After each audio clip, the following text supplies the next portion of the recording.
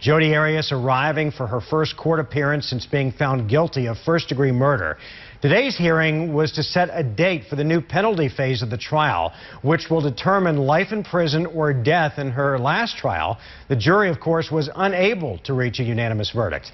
Chris Williams has been covering this trial since the beginning. He's live in the Information Center with more. Chris.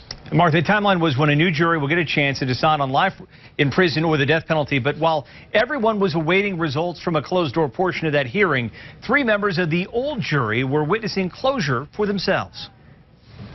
It was quite the experience when she walked in shackles, that it was the reality of, I was an alternate, but it was the reality of the jury making that conviction.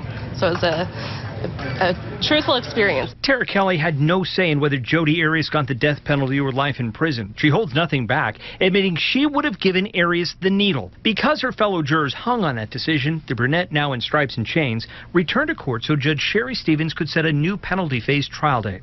Her defenders demand that not happen until next year. Prosecutor Juan Martinez was relaxed, wearing a grin, awaiting what would be a no-decision decision. Judge Stevens postponed setting a timetable until at least both sides meet again here in mid-July. Jodi Arias added a smile to her new captive ensemble, jingling back to jail. It was a lot different, and it was the reality of her conviction.